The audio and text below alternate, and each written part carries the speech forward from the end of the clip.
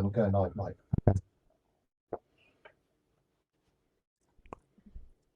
We're live. Good morning and welcome to the Substack. It's the MikeGrahamShow.com, and this is the bonus show that we do every single day after we've finished the breakfast show, which goes from 7 until 9, of course. And what we've been doing this week is talking to a series of very influential and interesting people about their specialist subjects. We spoke to Will Geddes about the security business and about how to avoid getting your phone hacked. We spoke to Connie Shaw from the Free Speech Union about the attacks that are being made on people's free speech by this government and by the police. We also spoke to Andrew Montford from Net Zero, who is Net Zero Watch, I should say, who's keeping an eye very much on Ed Miliband and what he's up to, trying to get us all to go green. But today we're going to do something slightly different, because this is something I've wanted to do for a while. And by coincidence, I was contacted by a woman by the name of Rachael Ellis, a mother, a daughter, a family woman who has had a terrible time at the hands of the NHS over the past several weeks and months, because her mother has been in hospital after suffering a stroke. And so what I wanted to do when Rachael contacted me was to say, why don't we tell your story? Because we talk about the NHS an awful lot on this show, and I talk about it an awful lot because I know, for example, how important health is to everybody in this world. You know, it's only when your health turns bad that you realise that nothing else really matters. And when you have elderly parents, it's a worry. When you have sick children, it's a worry. When you yourself sometimes don't feel so good and you can't get to work and you can't get the horrible bug out of your head, you know, it's a terrible time for everybody. But Rachel's story is one which I think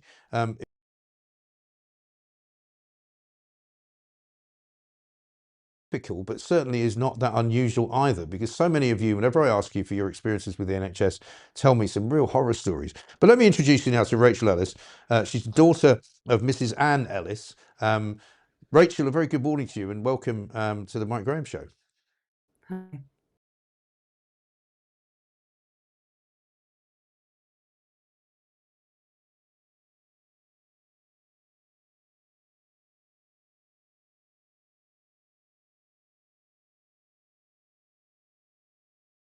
Had a stroke Yeah. sometime towards the end of October, right? Yeah, she did.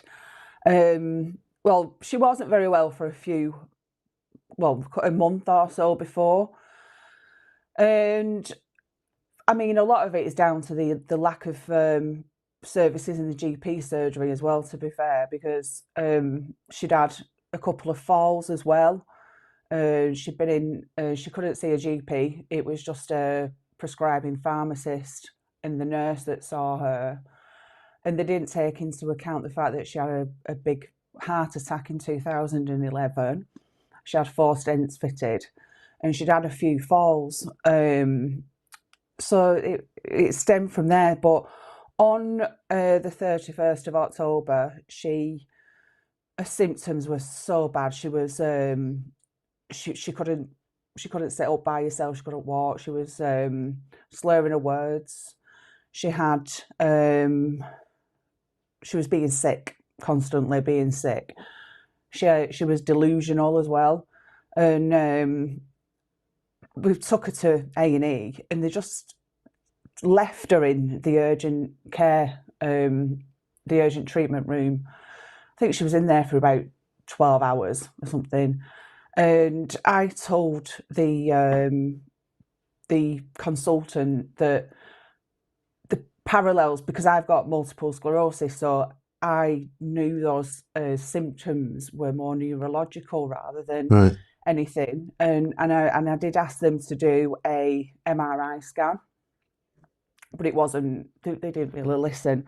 And then I told them that she needs to be laid down as well, but they said there's nowhere for her to lie down. I had to ask them to give her some anti-sickness and IV fluids while she was waiting. That wasn't proactively done at all. And they finally saw her, and she had a CT scan. Now, where she's had the stroke is in the cerebellum, which is at the back of the brain, and it is really quite difficult to see sometimes on a CT scan. But yeah, they did the CT scan and it was clear. and they sent her home with a diagnosis of labyrinthitis. So they thought it was They didn't think she'd had a stroke at that point. No. Right. No. And Even though she had all the classic signs. how old is your mother, Rachel? She's 78. Okay, so she's not that old. There's Yeah. a picture of her there. Yeah. And you sound as though you know a thing or two about medicine and matters to do with health. Is that because you're trained in that way, or is it just because you've experienced looking after your mother for so long? Well, yeah, I mean, I was diagnosed when I was 21 with my MS, so I've had a lot of experience with neurological issues. I'm Right. not trained, but you know, I'm good at doing research. So yeah, I'm not a trained medical professional at all. Right. So we're talking about the Northern Care Alliance here, aren't we? The NHS Foundation Trust of the Northern Care Alliance, and I believe the hospital involved is in Oldham. Is that right? Yeah. Yeah. So they send her home after she's been in the A&E for what sounds like about 12 hours or so, right? Yeah. Not lying down, sitting in a chair. Yeah, in a wheelchair. Right. And so she gets sent home. They say that she hasn't had a stroke, or they haven't detected that. What happens next? Well, she was left at home then on the Saturday. Obviously, her symptoms weren't improving at all. And then Sunday morning, she gave me a call about 9 o'clock, and she was like, I really don't feel well at all. I feel like I'm going worse. And I phoned an ambulance then at 9:13 a.m. and went straight up to see her.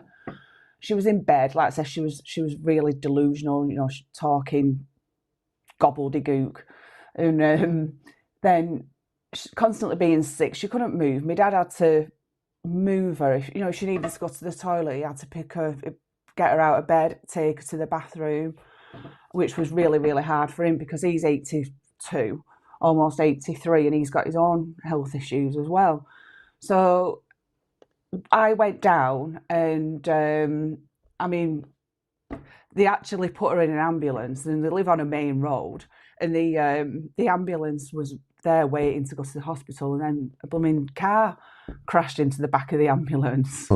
You can't even make this up. Yeah. Yeah, so I went back, and now I don't know what that handover was like between, because they had to call another ambulance, so I don't know what the handover was like between the two lots of paramedics. But when she went to Oldham then, she'd missed the triage bit because she'd already been triaged at home. Right. But they still sent her straight through to the urgent care centre. There was, even though she'd arrived by ambulance, she was put kind of to the back of the queue again then, and she had another 10-12 hour stint in A&E then with worsening symptoms. No CT scan, but the CT scan wasn't repeated on the Sunday, the 2nd of November. And then they admitted her to a ward. Sorry. I was going to say, what do they say if she's sitting there in a wheelchair? I mean, can you ever get any sense out of any nurses or doctors? Does anybody come and ask if she's okay? Does she just get left alone? No. What happens? She was just left. Yeah, she was just left. And when I was there, I was obviously going mithering the nurses and the doctors, and I kept saying, she needs some fluids because she's not able to keep anything down at all. Right. She's trying to eat and drink, but it's just coming straight back up. And she needed some anti-sickness, some IV, and I did again say about the parallels between my mum's symptoms and mine. And I did say that she needs an MRI scan, ideally, to find out what's going on. But obviously, it was all ignored again. It's like they don't like listening to the families, or they know best, or they're too busy. Because it was busy. The consultant had actually come out on the first night and said there's I think it was a 7-hour wait to see a doctor from that point, plus people going in via emergency ambulance. So if anybody has anything that they think that could be treated by a GP on Monday morning, to go home. And there weren't that many that went, to be honest. There were people, you don't know what's wrong with people. You can't just say, oh, there was nothing wrong with them. But, you know, you just don't know. It was, it's honestly, so frustrating, that isn't was it? Because, packed. yeah, it must be horrible. And of course, you're worried about your mother anyway and her Yeah. well-being. And so what happened when they finally did see her that time? So they admitted her to a ward called the Frailty Ward. I think it's like a little side ward off A&E. They admitted her into that for a few hours, and then they sent her home then with the same wrong diagnosis. And they discharged her onto a virtual ward, which I'd not really heard about before this. Mm. So that is a team of people. So it's for people who would normally be in hospital, but they're treating them at home rather than in the hospital. So she was sent home, and like I said, my dad was basically caring for her, which is another breach as well, because he should have had a proper carers assessment done. Right. So the physio went round and said that my mum couldn't go downstairs at all. She wasn't fit enough to do that. They brought her a commode, a walking frame. And then the physio actually took my mum's pulse and said that she's got AF, arterial fibrillation, which is where your heart, the top part of your heart doesn't pump properly all the time, right, which is what had caused the stroke. So they still haven't diagnosed. So they still haven't diagnosed a stroke at this point. No, they hadn't. So they said he was more pleased with himself that he'd actually found that she had this AF, but that should have been treated straight away then. But it wasn't. It was just left. I spoke to the virtual ward on several occasions that week with my concerns, and on one of the days they actually said to phone an ambulance and to take her back into A&E. But there was no expedited route for her, even though she was on a virtual ward. So they expected my mum to go back into hospital and have another 10, 12-hour stint in A&E. And she just couldn't do it. She couldn't do it. So she was left at home. There was no escalation through the virtual ward.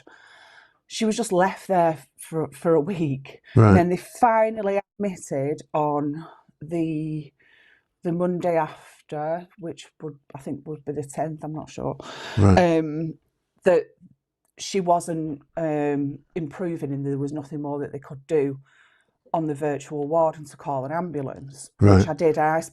She said then that there was no expedited route through A&E again, so she was expected to go in and wait, but luckily the call handler at 999, she kind of recognised the urgency of it, and she did manage to get my mum straight into back into A&E without having to wait. Okay, but she's still not been admitted to hospital at this point, and we're now what, two weeks later. Yeah, a week, about 10 days, I think. So when did they finally? When did they finally admit her into the hospital? So on the day, so it would have been the 10th on the Monday. They took her in and they repeated the CT scan, and it took a junior doctor about 3 minutes to diagnose the stroke. Right. And that was when she was admitted into Oldham. So she was on the adult, the acute medical unit, yes, for a night or so. And because she had, they tested her for flu, and they said that she tested positive for flu, and she had to be kept isolated. And there was a room on CCU, which is the cardiac ward. So she was put in there for over a week with no help, no physio, no specialised training for anybody. She was just basically just left.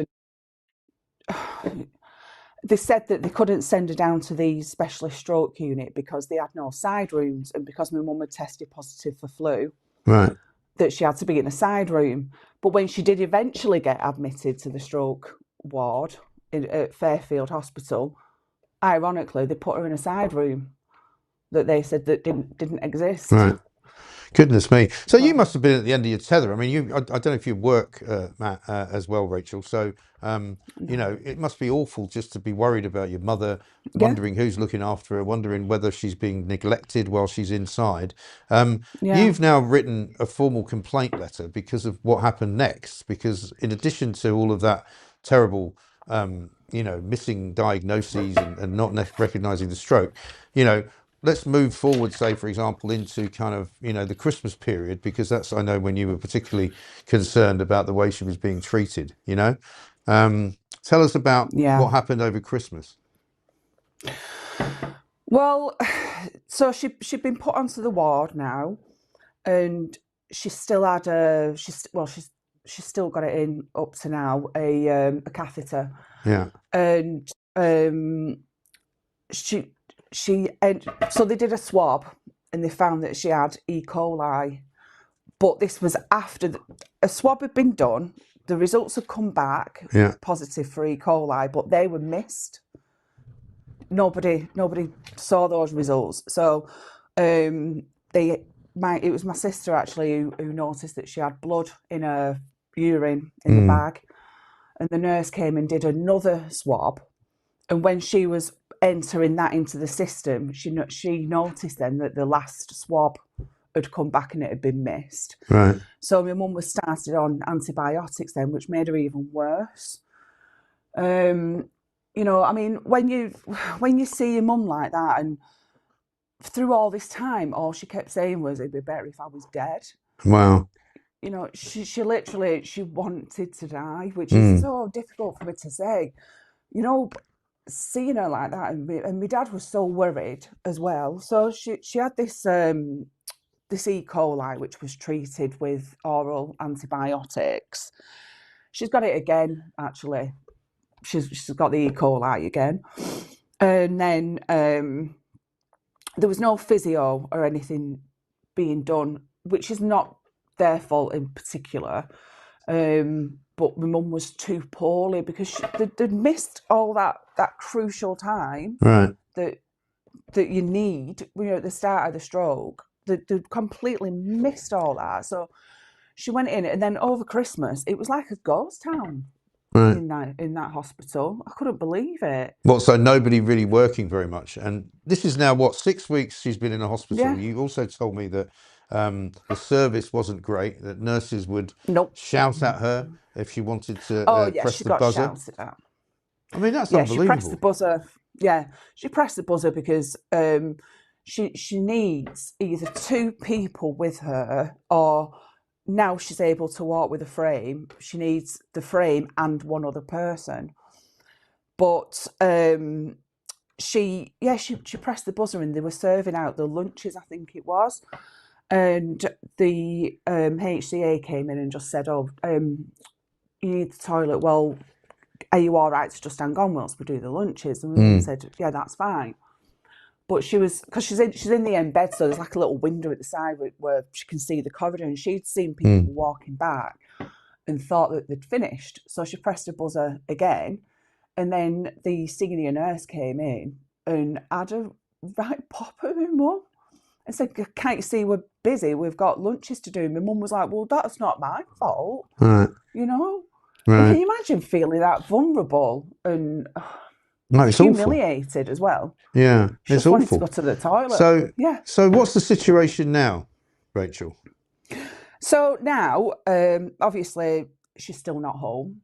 And when she does come home, she's probably going to have downstairs living. But there's no bathroom downstairs at all. So she's going to have a commode downstairs. We'll have to bring the bed down so that her and my father can both sleep downstairs.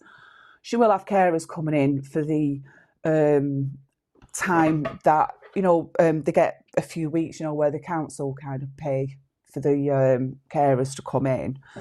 So she'll have that for a little bit. But she still can't walk by herself. And she can't always walk with a walker either. It depends on how she is that day. And then yeah, I think we're just waiting on Oldham Council now to get the correct carers in, and then find out what's going to happen. But she won't be able to have a shower because the shower's too small for a shower seat. So she's going to have a body wash every other day or whatever. Yeah. So she won't be able to wash her hair properly either. It's just humiliating for her. And the trouble is, it's not been made any easier by the NHS. And I mean, your letter, which is very thorough, is asking for an investigation, asking for why so many things went wrong, so many things were missed, so many infections were not spotted. And basically the management of her time in hospital was pretty negligent, it seems to me. It really, really was. Really was. You know, just the fact that they didn't repeat that CT scan on the Sunday as well, when she went in with worsening symptoms than what she had on the Friday. Right. And has anybody from the hospital, has anyone from the hospital ever kind of spoken to you about how sorry they are that she hasn't been treated well or that she's been treated this badly? Oh, well, you get that, don't you, from the doctors? They just try and gaslight all the time. You know, it's like, oh, it's not our fault. We had to do this and we had to do that. We've had no apology, really, from anybody. And there doesn't seem to be that much continuity in care either, to be honest, with the staff on the ward. There's different nurses on there all the time, and because there's a few different wards on that ward, they might be in a different ward, and I just think that it would be a lot better as well if it was run where there was more continuity and they had a group of staff that were just particularly on that ward. Yeah. I mean, do you get the sense? Do you get the sense that there's just not really anybody in charge? Yeah, there's the staff there do the best. You know, I can't fault really what's happened apart from a couple of members of staff, but I can't really fault what's happened so far on the stroke unit, and they have really tried their best with her. But it's all these little things, you know. Now we've got the nice guidelines. Now, yeah, they are guidelines. They don't have to be, I suppose, adhered to 100%, and guidelines don't always fit every single person. But the guidelines are unambiguous, really, when it comes to stroke treatment and diagnosis and the early interventions, and you know, even dignity and, you know, everything. They are unambiguous. They are there. Yeah. To, you know, nothing was done. I mean, just the fact that when she was in Oldham, they were bringing lunches and dinners around for her, and they were basically just going into the room and shoving it on a tray. Bearing in mind, my mum, she couldn't even sit up by herself, and then walking out and leaving her. Yeah. And then my dad was having to do that. My dad was in there having to sit her up and move. And now my dad's got AF as well. Right. You know, he's got arthritis. You know, he does his best. He's a doer, my dad. You know, he'll never give in. But it's just, I mean, he's got to go for an operation sometime this year on his heart. I don't know.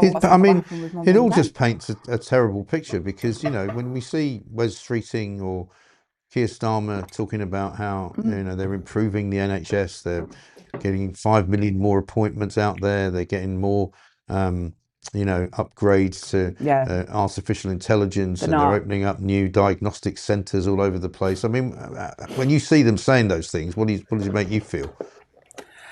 Oh, I just feel so angry with them. It's like, but they're deluded. They're deluded. Is that, why do they think that intelligent people would believe what they're saying? The NHS is in dire. I would scrap the NHS tomorrow, to be fair. At the moment, the way that it is, there's too many chiefs, and the Indians are working flat out for not enough money. Yeah. You know, like the people that really matter. I mean, when the junior doctors were on strike, I didn't even notice a difference, to be honest, on that ward. Yeah. I know, incredible. We've actually got an extract from your letter because it's quite a long letter. We just wanted to give a flavour of it to the people watching because it's a fascinating and sad story. But here's our producers having read the letter out. Have a listen. Dear Sir or Madam, regarding formal complaint for gross clinical negligence and multiple breaches of duty of care for patient Mrs. Anne Ellis, I am writing to lodge a formal complaint regarding the repeated and life-threatening failures in the care provided to my mother, Mrs. Anne Ellis, across services at the Royal Oldham Hospital, A&E, CCU, and Fairfield General Hospital Stroke Unit, as well as the virtual ward and urgent care teams. These failures spanned from 31st of October 2025 onwards and directly contributed to a preventable posterior circulation stroke, weeks of extreme suffering and likely permanent disability. My mother has consented to be acted on her behalf in this complaint and any related matters, including access to her medical records.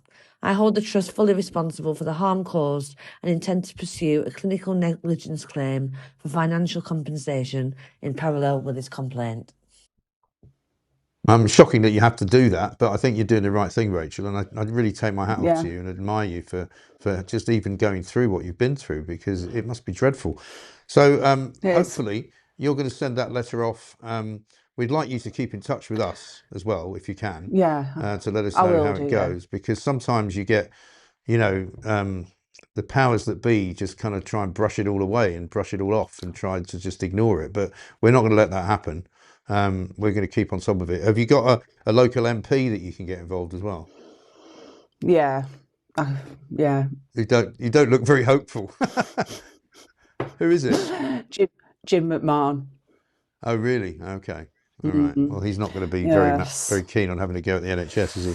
But it's a terrible story, and I know that the reaction to this will be amazing because so many people will recognise this kind of way that people get treated in the NHS, and it's you know, and it may well be that it's not the fault of any individuals, but it's a shocking state of affairs.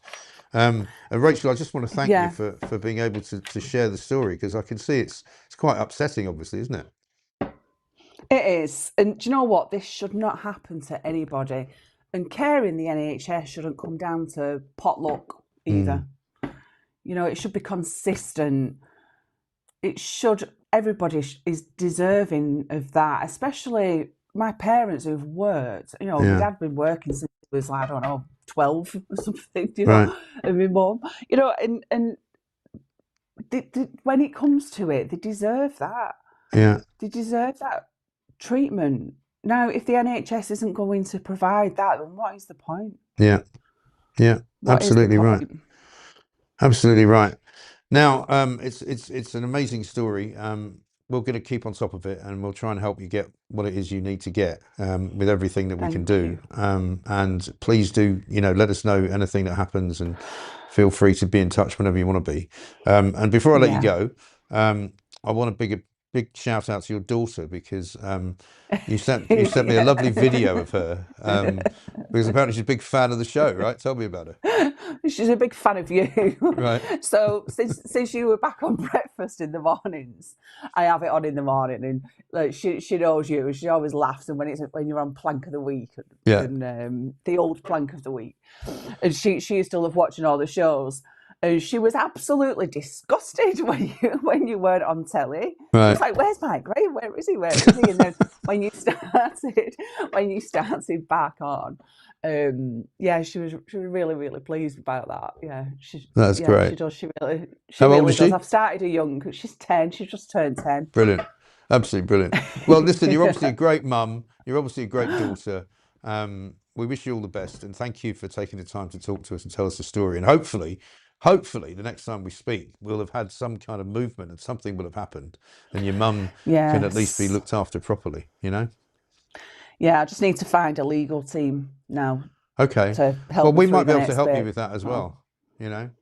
We might be able to help you with that, yeah, because we know plenty of lawyers. So maybe we can find somebody that will do it for you for free. That would be ideal. You know? Well, it would be. I mean, thank you, right. Mike. I'm hopeful. Well, listen, leave it crossed, with us. Crossed. Fingers crossed, and we'll see if we can do that. Okay. Thank you. No problem. Rachel, Thanks. good to see you. Thank you so much. And stay You too. strong. Thank you. Great to see you. And still smiling. Yeah, and you. Amazing. Rachel, thank you very much Thank indeed. you, Mike. Rachel Ellis there. What a story, you know? And you get the sense that there's going to be a lot of people watching this knowing that that's exactly their story and that they've had the same struggles and they've had the same problems with a system which just isn't fit for purpose. And as she says, her mother, Anne Ellis, and her dad worked all their lives. They don't deserve to be treated like this, without dignity, without care, without any kind of view as to how they feel. Her mother said she felt like she'd be better off dead. That's the NHS. And that's the message I'm sending to Wes Streeting, to Keir Starmer, and to anybody else in this government who thinks that things are going to be turned in a corner and everything's going to get better. Well, it ain't. Certainly not in Oldham. That has been today's after show. We'll be back with more, same time on Monday.